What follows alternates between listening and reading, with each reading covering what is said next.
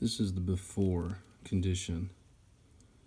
I'm gonna go ahead and use the Harbor Freight compound brown and then white with the buffing wheels to see what'll happen. I'll do this side and leave the other side,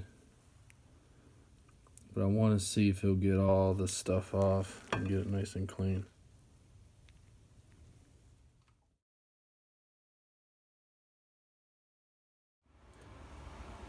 So far I only used the brown compound on the buffer pad that is stitched, and it's actually working pretty good.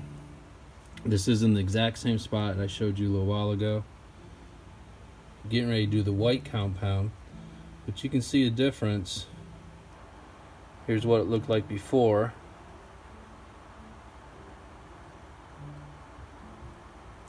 And there it is now.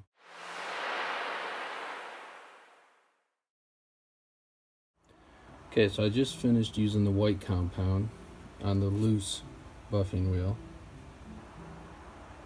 You see the light scratches in there, so I may hit it again. Now I'm going to use some white diamond, see if I can get these little scratches out. Scratches you can barely see right there. Okay, so I ended up putting some white diamond, that right there, on it, and it actually got all those little scratches out. Okay, here's where I guess I'm finished. Under the same light, pulled the tape back. Huge difference.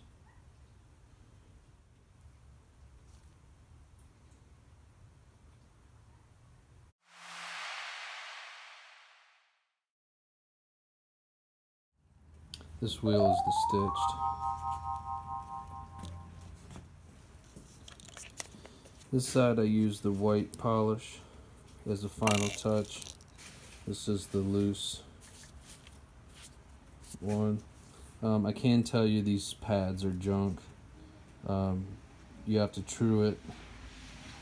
See how there's a spot there, it doesn't hit. Spot there, hits everywhere else. So I gotta true that up a little bit.